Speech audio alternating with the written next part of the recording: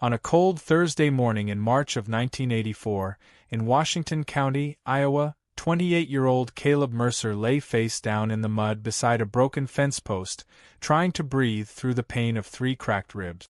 The men who had done it were already gone. Their boots had left deep marks in the soft spring ground, leading back toward the gravel road and the black pickup trucks waiting beyond the tree line.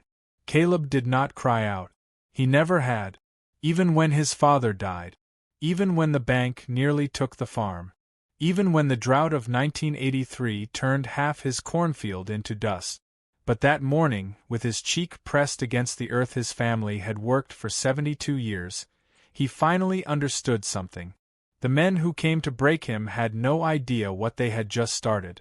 Caleb Mercer owned 214 acres outside the small town of Brighton, Iowa. The land was not impressive by modern standards. No massive grain bins. No million-dollar equipment fleet. No shiny new tractors sitting under perfect metal sheds. Just an old farmhouse painted white every few years when the boards started showing their age. A weathered barn with a roof that leaned slightly east. And sitting behind that barn was a 1952 Farmall M tractor that had carried 3 generations of Mercers through planting seasons, harvests, storms, and losses. That tractor was not just steel. It was memory. And someone wanted it gone. Let me tell you about Caleb Mercer. He was the kind of farmer people forgot existed. He did not appear in agricultural magazines. He never stood at equipment shows explaining his methods. He never complained when younger farmers passed him on the road with bigger tractors and newer technology. Caleb wore the same brown leather boots almost every day. The left boot had a repaired sole from 1979. His hands were wide and scarred from decades of pulling wrenches, lifting feed bags, and fixing things nobody else thought were worth fixing. His neighbors knew him as the man who could listen to an engine and tell you what was wrong before opening the hood. His father, Thomas Mercer, bought the Farmall M brand new in April of 1952 from a dealer in nearby Fairfield, Iowa. The price was $2,700. For the Mercer family, that was a fortune. The tractor weighed approximately 9,200 pounds and produced around 36 horsepower from its 4-cylinder gasoline engine. It was not the biggest tractor available. It was not the fastest.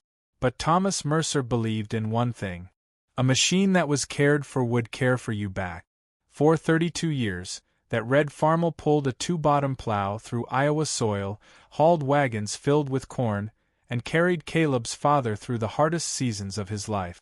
When Thomas passed away in November of 1978, Caleb inherited the tractor along with the farm. Not much money, not much equipment, but a responsibility. And Caleb accepted it. The problem was that the world around him had changed. By 1984, farming had become a different game. Large operations were expanding. Banks wanted efficiency. Dealers pushed farmers toward bigger equipment, bigger loans, and bigger risk. And one man believed Caleb was standing in the way of progress. His name was Richard Voss. Richard was 39 years old and the regional manager for Voss Agricultural Holdings, a company that had purchased several farms in eastern Iowa. He wore expensive jackets, drove a new 1984 Chevrolet Silverado, and talked about farming like it was a business spreadsheet. To him, land was an investment, not a legacy. Richard had been trying to buy Caleb's property for nearly a year. The farm sat beside a section of land Richard already controlled, and owning Caleb's acreage would connect 2 large fields into one profitable operation. But Caleb refused. Every time Richard offered money, Caleb gave the same answer. No. Not angry. Not emotional. Just no. That answer bothered Richard more than any insult could have. Because Caleb was not fighting him. He was simply refusing to move. And some people cannot stand when quiet people refuse to bend. The breaking point came during a county auction in February of 1984. Several farmers had gathered near the Brighton grain elevator to watch equipment being sold. Caleb had brought a set of old cultivators he no longer needed. Richard stood with 3 younger men who worked as contractors for his company. They were laughing, not loudly at first, just enough for people nearby to notice. Then Richard saw Caleb walk over. "Well, look who showed up," Richard said. Caleb nodded. "Morning, Richard." Richard looked past him toward the parking lot. "Still driving that old pickup?" Caleb looked at his 1971 Ford F-100. "Still runs." A few men smiled. Richard laughed. A sharp, confident laugh. The kind meant for an audience.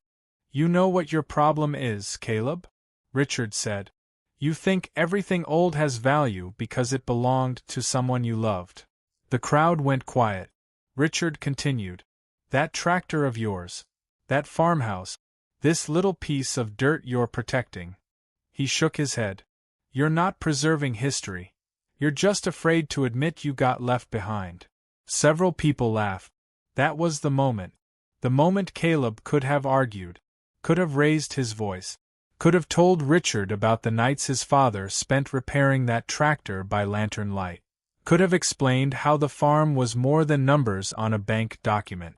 Instead, Caleb simply looked at him. Then he said, "Sometimes a thing lasts because it knows what it's doing." And he walked away. Richard stopped smiling. Because that answer bothered him. Not because it was insulting. Because Caleb believed it.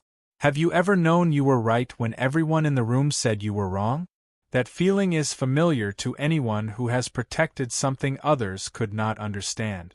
Sometimes the hardest thing to defend is not land. It is meaning. For the next 3 weeks, pressure increased. Letters arrived from lawyers.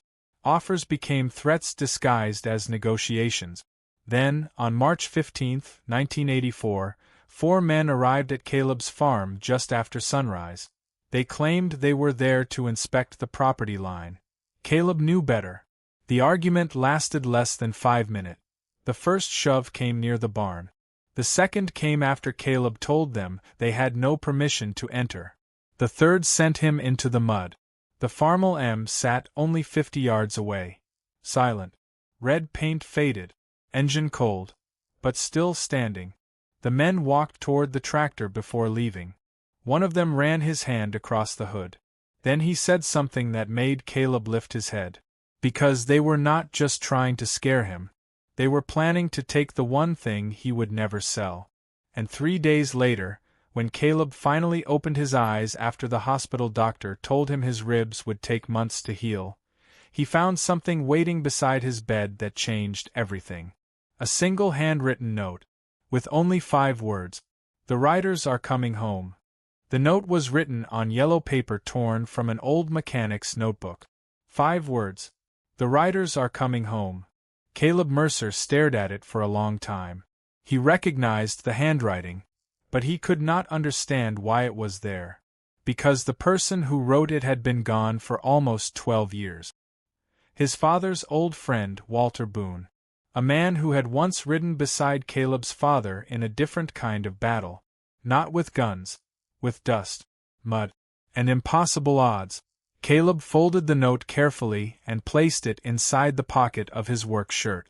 He did not ask the nurse who left it. He already knew. And somehow, he knew the story was only beginning. Let me tell you about Walter Boone. In the 1960s and 1970s, when small farmers across Iowa were being squeezed by changing markets and rising costs, Walter believed farmers needed something more than equipment. They needed each other. He had started a small group called the Prairie Riders. They were not a motorcycle gang. They were not criminals.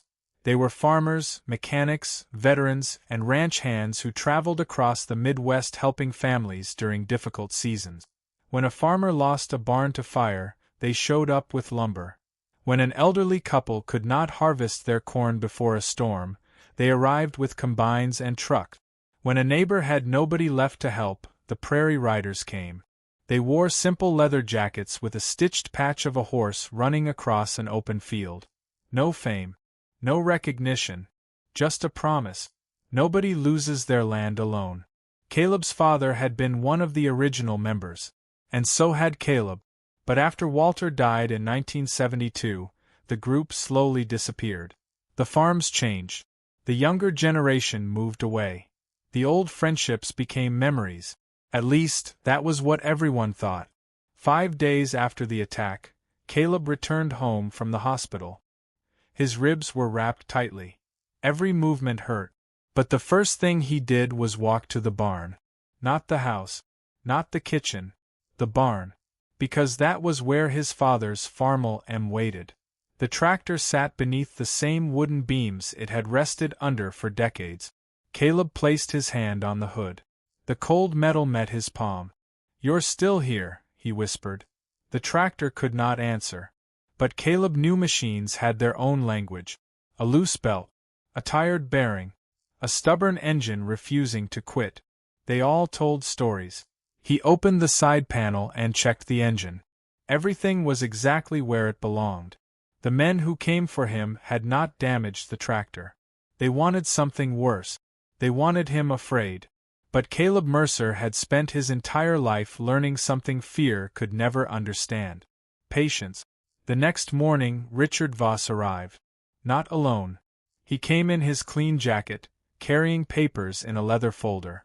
He stood near the farmhouse steps while Caleb leaned against the porch railing. "I heard you're back," Richard said. Caleb nodded. "I am." Richard looked uncomfortable. Not guilty. Not yet. But uncomfortable. "You should think about my offer again." Caleb looked across the fields. The winter wheat was beginning to turn green beneath the frost. "My answer hasn't changed." Richard sighed. "You don't understand what's happening here." Caleb looked at him. "No. I understand exactly." Richard opened the folder. "Times are changing." Caleb smiled slightly. "Times always change." Richard looked toward the barn. "That tractor won't save you." Caleb followed his eyes. "No." A pause. "It saved my father." Richard had no response. For the first time, the confident businessman standing in front of the old farmhouse looked smaller. Not weaker. Just uncertain. Because Caleb was not fighting for profit. He was fighting for something Richard had never learned how to measure. A few days later, something strange began happening. Trucks started appearing on the county road. Old pickup trucks. Newer farm trucks. Motorcycles. Dozens of them. People in Brighton noticed. Nobody knew why. Then, on the morning of March 29, 1984, Caleb heard engines approaching. Not one. Not two. Many. He stepped outside. And saw them. The Prairie Riders. More than 100 men and women coming down the gravel road toward his farm. Some were farmers Caleb recognized. Others were strangers. People from Nebraska, Missouri, Illinois, Minnesota. Men and women who had heard the story and remembered a promise made decades earlier. At the front of the group was a 70-year-old man named Frank Donnelly. He removed his helmet and walked toward Caleb. Frank had worked alongside Caleb's father in 1968 during the worst flood Washington County had seen in years. He hugged Caleb carefully because of his injured ribs. "Your father would be proud," Frank said. Caleb looked behind him. 100 riders filled the driveway. Engines ticking. Boots touching the ground. Waiting. Richard Voss heard about the gathering before noon. And he was furious. He arrived with 2 company vehicles and several employees. The crowd watched as he stepped out. For a moment nobody spoke. Then Richard laughed. Not the same laugh from the auction. This one was nervous. Forced. "You all came here for this," he said. He pointed toward the farm. "One damaged farmer and an old tractor?" A few people looked away. They had heard enough. Richard walked closer. "You think standing around in leather jackets changes anything?" Frank stepped forward. "It changes one thing." Richard raised an eyebrow. "What?" Frank looked around at the riders. "You're not dealing with one farmer anymore." The silence was heavy. Richard looked at Caleb. For the first time, he saw what he had missed. Caleb was not alone. He never had been. Have you ever owned something that everyone else called worthless? Maybe it was an old truck, a family recipe, a piece of land, a tool your grandfather left behind.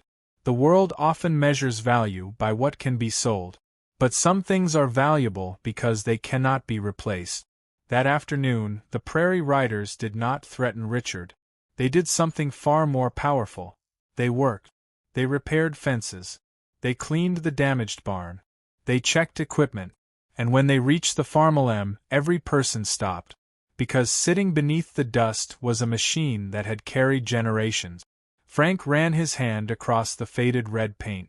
"This tractor pulled my father's wagon during the flood of '68, he said quietly. Nobody laughed. Nobody called it outdated. They understood. The machine was a witness. But Richard was not finished.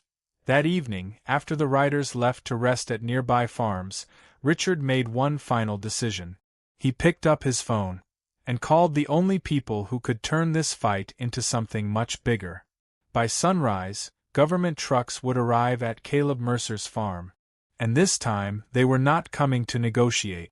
The first government vehicle arrived at Caleb Mercer's farm at 6:42 in the morning on April 2, 1984. It was a gray Chevrolet Suburban with a County Agriculture Department emblem on the door. Behind it came 2 trucks carrying survey equipment. Then another. Then another. The Prairie Riders who had spent the night sleeping in barns, campers, and pickup beds watched from the edge of the field. Nobody moved. Nobody spoke. Because everyone knew what this meant. Richard Voss had stopped trying to buy the farm. Now he was trying to prove Caleb could not keep it. Caleb stood beside his old Farmall M. His ribs still hurt. His breathing was shallow. But his eyes were calm. The same eyes that had watched drought destroy crops. The same eyes that had watched his father lower into the ground. The same eyes that had watched neighbors leave farms they loved because they had no choice. A young county inspector named Daniel Price walked toward him holding a clipboard. Daniel was 29 years old. A college graduate. A man who believed in numbers, regulations, and paperwork. He was the kind of person who respected farmers but secretly believed old farmers did not understand the future. "Mr. Mercer," Daniel said. Caleb nodded. "Morning." Daniel looked uncomfortable. "I'm here because of a complaint regarding your equipment storage and property conditions." Caleb looked toward the barn. "The barn has stood since 1947. Daniel glanced at his papers. "According to the report, several structures may not meet current standards." Richard stood behind him, arms crossed. Watching. Waiting. Caleb understood immediately. The attack had not been about fear. It had been about creating a reason to force him out, a reason to make his farm appear worthless. Let me tell you about old farm buildings, because people who have never worked around them often see only wood and nails. But an old barn is a record. Every scratch in the beams tells a story. A repaired corner from a winter storm. A darker section of wood where a lantern burned too close. A mark on the floor where a child once dropped a bucket. These buildings were not designed to impress. They were designed to survive. And survival leaves marks. Daniel and his team spent hours inspecting the property. The Prairie Riders watched silently. Richard smiled. Because he believed the paperwork would defeat what people could not. Then Daniel walked out of the barn. His expression had changed. "There's a problem," he said. Richard stepped forward. "What?" Daniel looked at the papers. "The complaint says this structure is abandoned." He looked back at the barn. "It's not." Richard frowned. "What are you talking about?" Daniel pointed toward the interior. "Everything is maintained. The tools were organized. The beams were reinforced. The machinery was serviced. Nothing was abandoned." Richard's smile disappeared. Then Daniel walked toward the Farmall M. He opened the engine compartment. He looked at the maintenance records Caleb kept in an old metal box. Oil changes. Repairs. Parts replaced. Dates going back decades. Daniel looked surprised. "You kept records?" Caleb nodded. "My father taught me." Richard laughed softly. "You're seriously impressed by paperwork from a tractor?" That was when Daniel looked at him. "No." A pause. "I'm impressed by responsibility." The words landed harder than anyone expected, because Richard had spent months calling Caleb outdated. But standing there, surrounded by evidence, the young inspector realized something. The old farmer was not stuck in the past. He was preserving something most people had forgotten: care. The inspection ended without action against Caleb. But Richard was not done. He walked away furious, and 3 days later, he made his biggest mistake. He challenged the Farmall M. A local newspaper had heard about the conflict, and the story was spreading. Farmers from neighboring counties had started talking. Richard wanted to embarrass Caleb publicly, so he organized a demonstration at the county fairground. He brought a brand new Case 110 tractor, a machine producing over 100 horsepower, modern, powerful, expensive. Then he invited Caleb. The crowd gathered on April 14, 1984. Farmers, dealers, families. Everyone wanted to see what would happen. Richard stood beside the Case tractor wearing a confident smile. "You see this," he said to the crowd. "This is the future." Then he looked at Caleb. "And that old Farmall is a museum piece." People became quiet. There it was, the laugh. The moment everyone remembered. Richard looked around and laughed loudly. Not a polite laugh. Not a friendly laugh.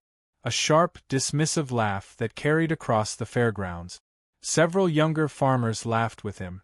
One man shook his head. "Poor Caleb. He doesn't know when to quit." Richard slapped the side of the Case. "This machine does in one day what that tractor did in a week." The crowd waited. Caleb stood beside the Farmall M, his old boots planted in the dirt, his hand resting on faded red paint. He did not look angry. He did not look embarrassed. He simply said, "Maybe." Richard smiled. "Maybe." Caleb nodded. "But the field doesn't care what year the machine was built." Nobody laughed, because everyone understood. The test began. The Case 110 pulled forward with impressive power. No question. It was stronger, faster, built for a different era.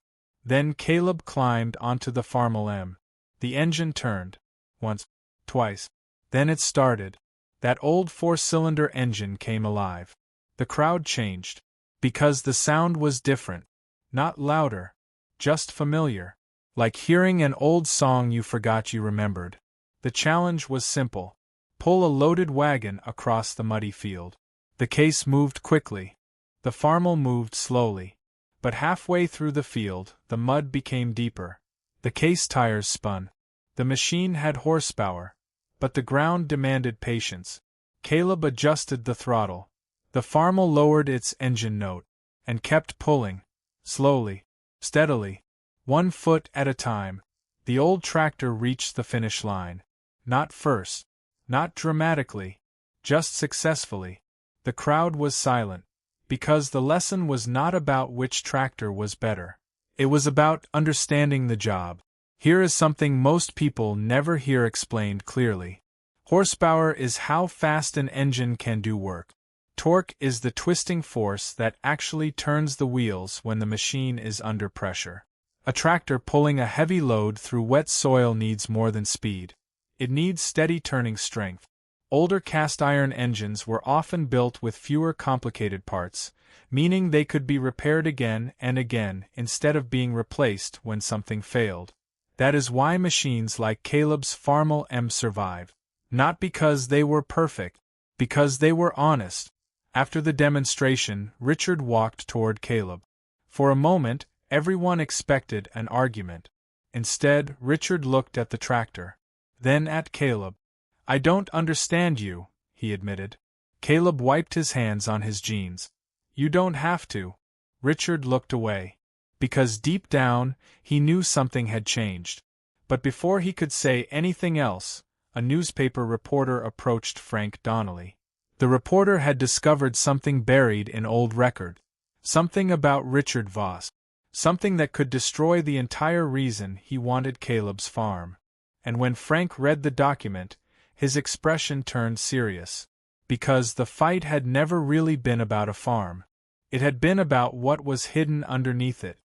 The document Frank Donnelly held in his hands was not a secret. It had been sitting inside the county records office for nearly 6 years. But almost nobody had looked closely enough to understand what it meant. Richard Voss had not discovered a problem with Caleb Mercer's farm. He had created one. The property report he submitted claimed Caleb's land contained environmental violations and unsafe structures. But the documents revealed something different. The same company Richard represented had quietly purchased several nearby properties after forcing owners into difficult financial situations.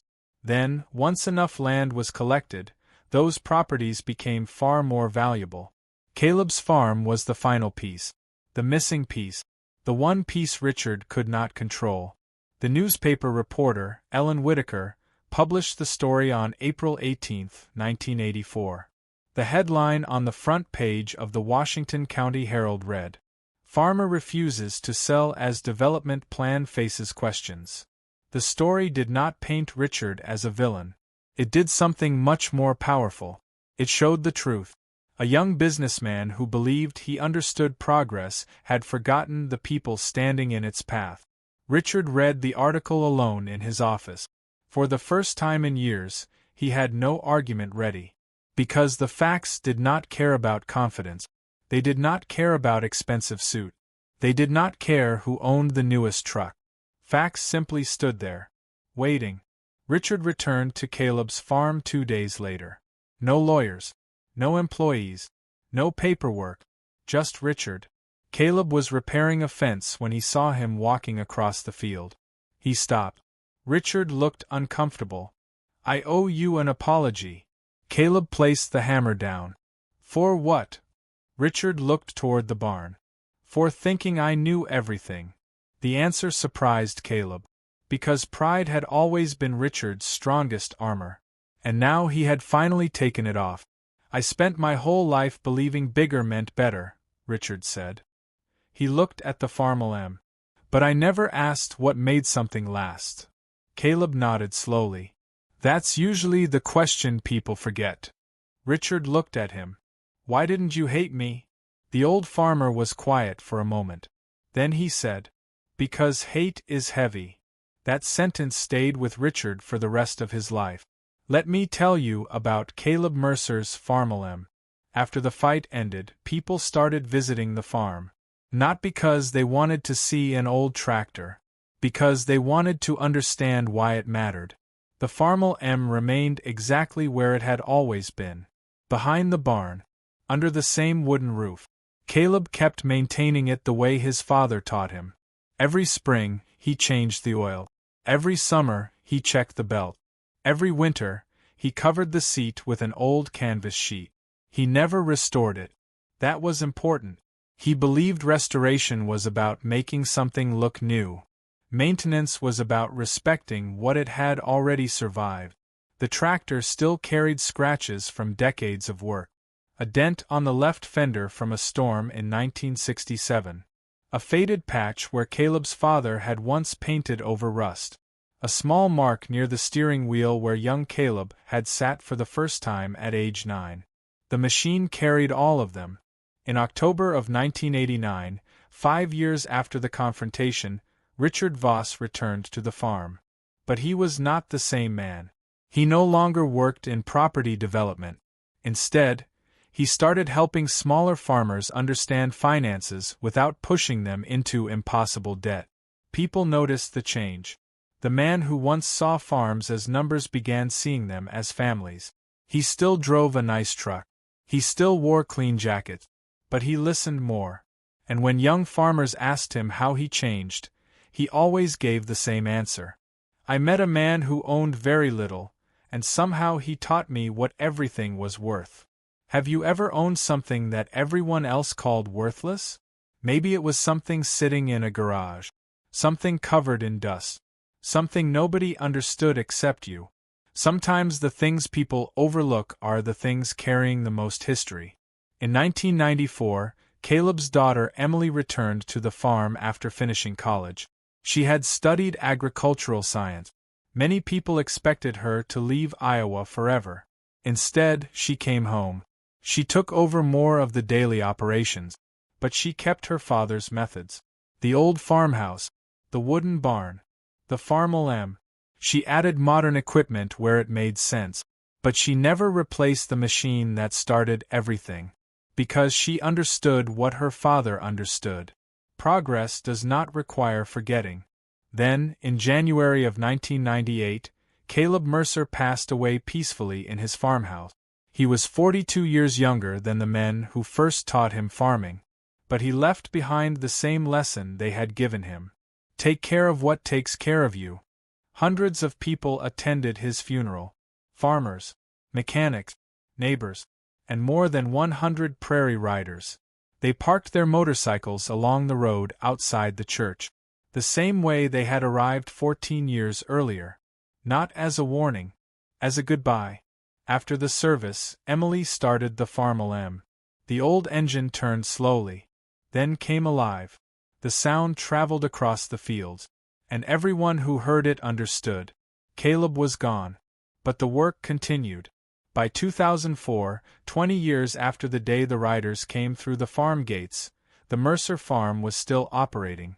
Emily taught her children how to plant corn, how to repair equipment, how to respect the land. And every fall, when the harvest was complete, she drove the Farmall M across the field once more. Not because she needed to, because some traditions are not about necessity. They are about remembering. Richard Voss visited one final time in 2010. He was older now, gray-haired, slower. He stood beside the Farmall M and placed his hand on the hood. "I was wrong about this machine," he said. Emily smiled. "No." She looked at the tractor. "You were wrong about what it meant." Richard nodded. Because after all those years, he finally understood. The tractor was never just steel. The farm was never just land. And Caleb was never just a farmer refusing to change. He was a reminder that some things survive because they were built with patience, care, and purpose. Some things don't become obsolete. They just wait for people to remember why they were built.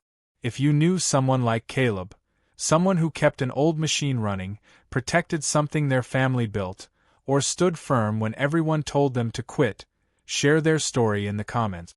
I read every one. And if you want to hear about the farmer who saved an abandoned grain mill with a machine everyone called useless for 20 years, that story is waiting for you next. You'll want to be there when that old engine starts again.